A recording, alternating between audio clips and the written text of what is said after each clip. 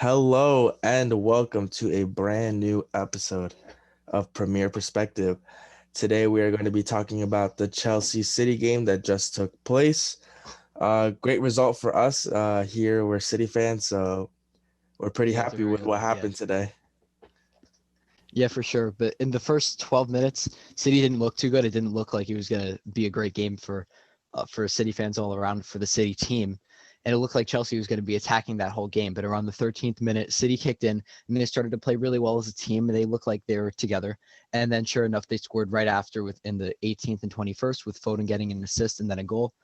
And then KDB then scored in the 34th minute and he assisted the second Foden's goal as well.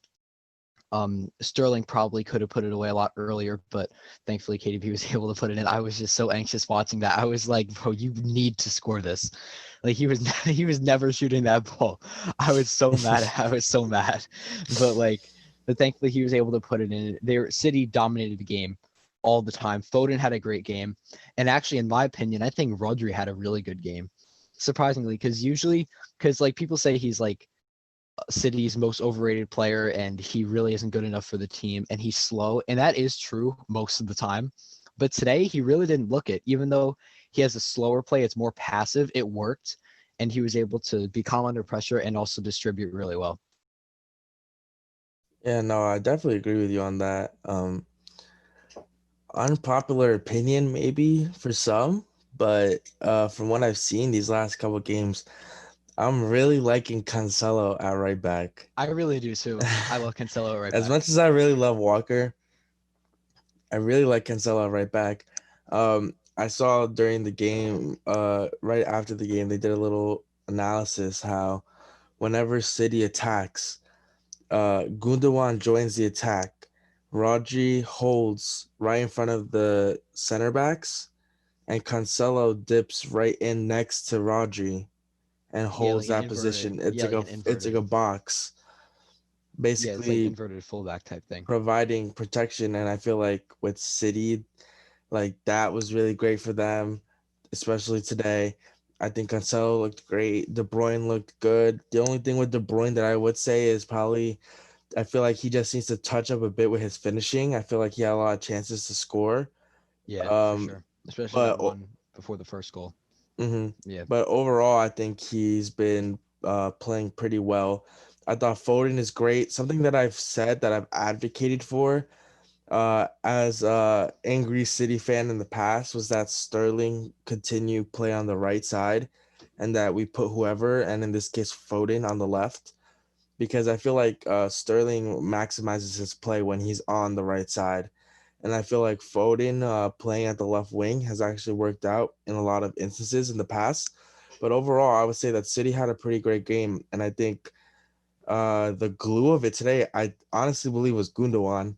Uh, Like definitely for sure. He is so good. I love him. He's so talented and he's so elegant on the ball. He moves so nicely.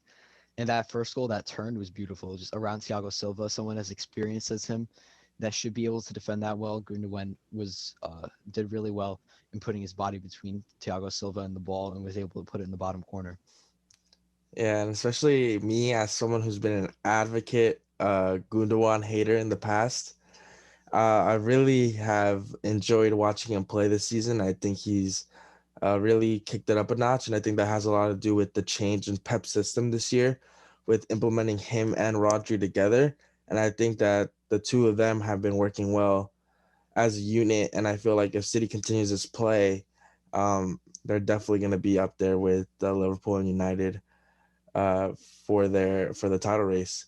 But on the other hand, with Chelsea, they looked great to start, mostly by Pulisic, who Yeah, I this think is really had a really good start to the game. Sometimes I feel like he drags and he's not as great. I feel like he has his moments.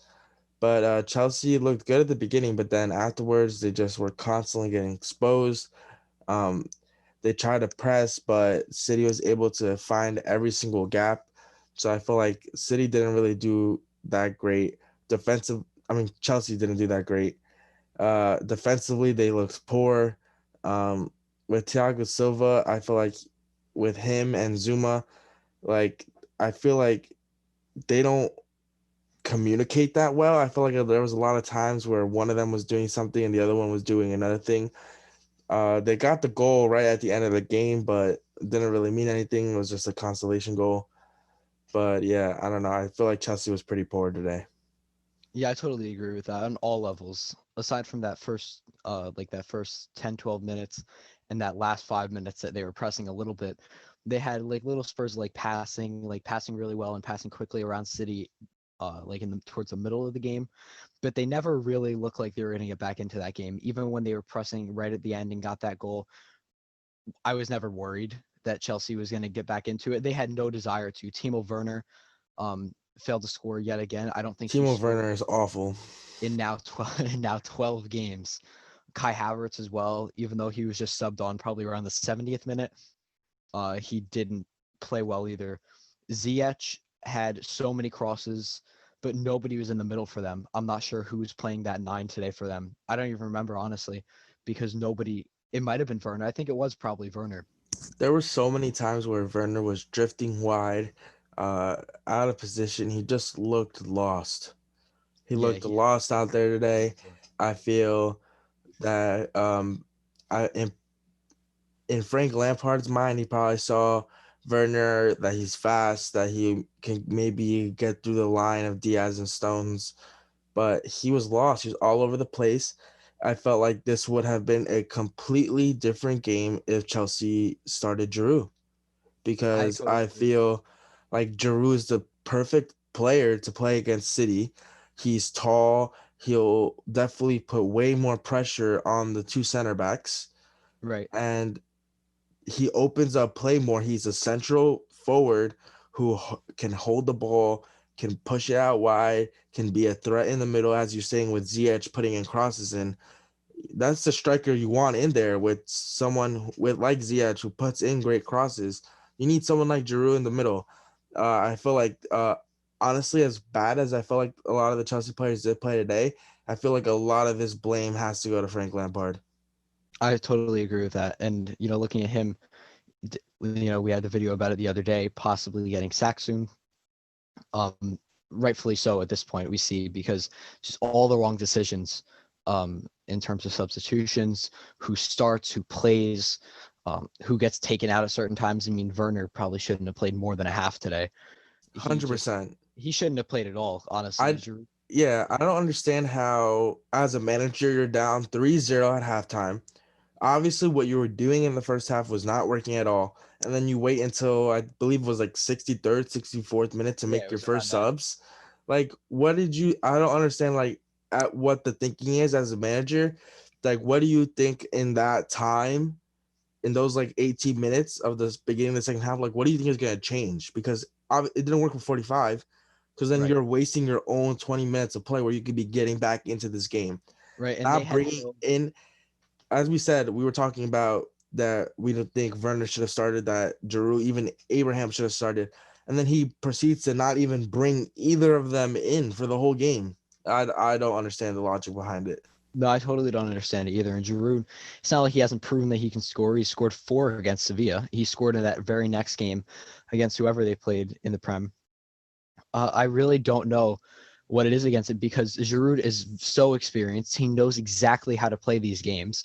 He's been around for just about forever for Arsenal and Chelsea, and he knows.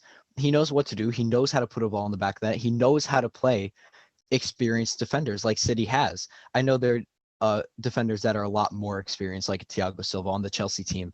But City's defenders are very good. Drew knows how to play them, and maybe they wouldn't have had so much space in the middle. I mean, Gundogan and Rodri absolutely controlled that midfield. Chelsea never had the ball in the midfield, and they say games are won and lost in the midfield, and that attacking section of the midfield. And if Drew dropped a little bit, like Lampard should have played him today, City wouldn't have been able to be that free in the middle of that field. And that's why Chelsea were absolutely zero threat to City today.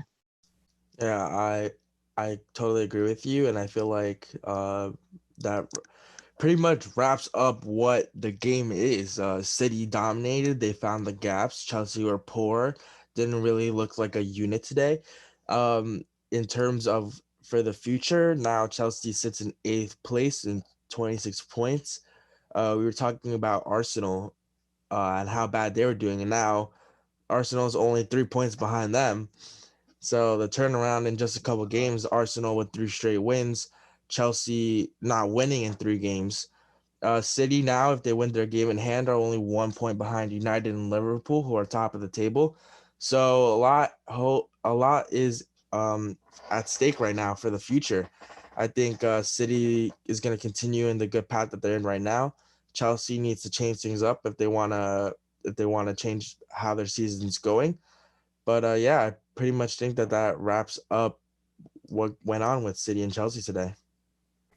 Yeah, I totally agree. That's only so much can be said for it. City, great game for them. Chelsea, not as good. So that pretty much wraps it up for us today.